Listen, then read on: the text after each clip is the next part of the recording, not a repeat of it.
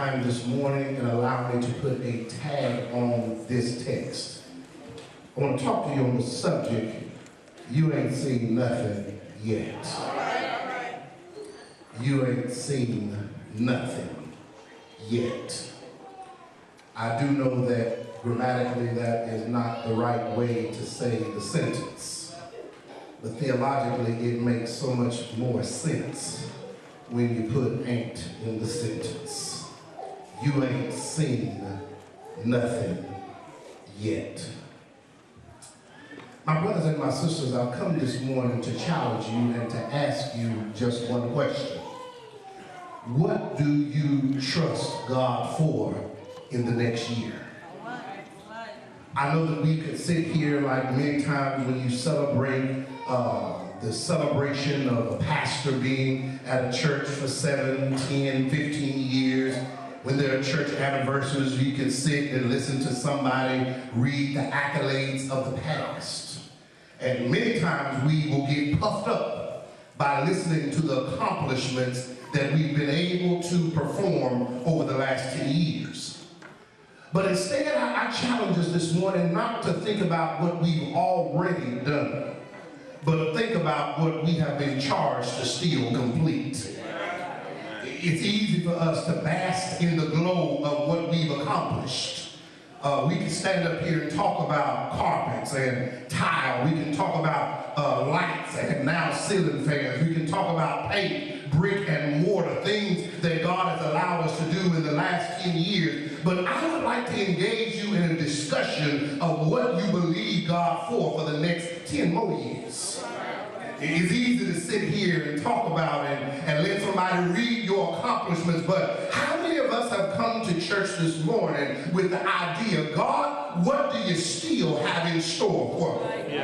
I don't want to just sit on the pew. I don't want to just be a member of this church. I don't want to just rest on what we've already done. I want to believe in a God that got more in store. I want to believe in a God that says my latter will be better than my former. I wish I could find about 5 folk this morning who come to church with the idea in their minds that I have not seen the best that God has in store for me. I know if many of you are like me, every now and then I go back to my repertoire of old songs that God has put in my spirit. And I remember my mama when she was cleaning up, she would sing this song, Count Your Blessings. Name them one by one.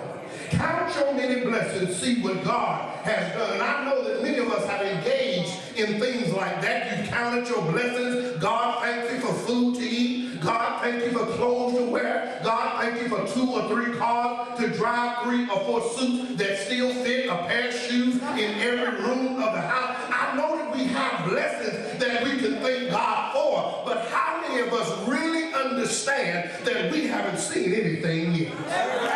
That the God we serve still has bigger blessings that's postmarked that got your name on, and if we can align ourselves up with His will, we can get the bigger blessings than what we've already got. Boy, I wish y'all would just get on the boat with me, because I believe that God is still on the throne, and that God is still doing magnanimous things, that God is still blessing in a way that we've never seen before. And so I'm not going to get caught up in what God has already done. I want to get my shout on this morning for what God has promised He will do in the future. Come on, Pastor. I just want to ask you this question. What do you believe God for? How deep is your trust? And how deep is your faith this morning? Because if you have no faith, if you have no trust, you can't believe God for anything bigger than what you already have. And I know that you're sitting on the road with somebody who has a spirit like that. You know their spirit is like that because they'll tell you, girl, you don't need any more. You need to be satisfied with what you have. God has already blessed you once. Don't be asking Him to do more in your life. But I believe that God is so big that no matter what He has given me in the past, God is so big, He still has more in store for me, and I don't have to be satisfied with what God has already blessed me with, because the God I serve can give me new mercies and new blessings and new faith and new deposits every day into my bank account. God is so good.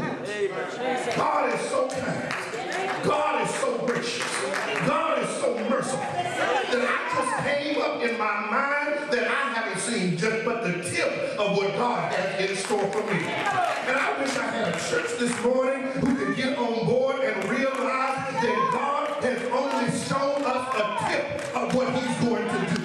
Oh, I know we've grown exponentially. Oh, I know we take in a little money. Oh, I know we got cars all out here in the parking lot. Oh, I know we have a business annex with 13 businesses over there. I know we already have that. But who's believing God for not one motel, but 2 hotels? Who's believing God for not just this church, but a bigger church with a swimming pool? Y'all ain't trying to help me. Who's believing God for our own recording studio inside of the church? We limit God. We limit God and we say, that's too big. That's too expensive, Reverend. You talking about a lot of money. And if you think it's coming out of my pocket, we are limiting God because of our limited frame of reference. We're limiting God because we want God to operate off of our checkbook. We want God to operate off of our MasterCard that's already at limit. But the God I serve has an unlimited amount of resources. He doesn't operate off of your 300 credit score. God will take the beacon off on the charts. God I serve is so good, so big, so expensive that he's not limited by your little boat. He's not limited by what you've already done. He's not limited by your skill or your resource. God says, trust me and see if I won't do what I said. I promise you I do. Let's get into this text because I want somebody to leave here just saying to your neighbor, you ain't seen nothing yet. I want you to go home and tell some of those family members that you left on the couch drinking a Budweiser, you ain't seen nothing yet. I want you to tell somebody, don't do that while I'm preaching, it's gonna mess me up. I want you to tell somebody at your job, you ain't seen nothing yet.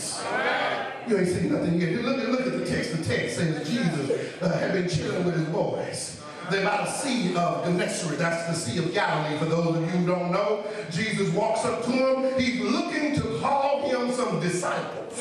He's looking to get him some co-workers, some co-laborers, some people to help him build this kingdom that he's talking about. He walks up to the Sea of Galilee and he sees a horrid sight to him. It almost looks like something off of Freddy Krueger. It's something off of Friday the 13th. When Jesus walks by the Sea of Galilee, he sees 3 things that bothers him. First, he sees boats that's not in the water. Oh, I wish I could talk to a church who understands that we are the representative biblical antiquity of the boats. We are the boats and the water is the world. And whenever the church is not in the world, there's no way that we can eventuate change in the world if we're too scared to put our boat in the world. I just said something. A whole lot of us think we're too good to go back out there to the same places that we got called out of. But some of us know that God didn't catch us on the morning's bench. God caught some of us up in the club dropping it like it was hot. God caught some of us in the dope house and the crack house and on the dance floor. Don't you sit there looking at me like you got saved in church. God caught some of us out there in the street just about to lose our mind and God tapped us on the shoulder. Put that jacket walker down and come on up in here in the church and pick up some grape juice. God done caught some of us.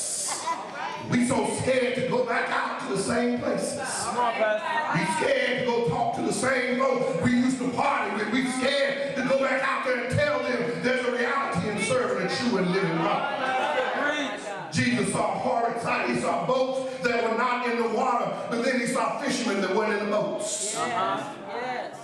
He saw fishermen who weren't in the boats. They had gotten out of the boat and were standing on the shore. Christians who can take or leave church.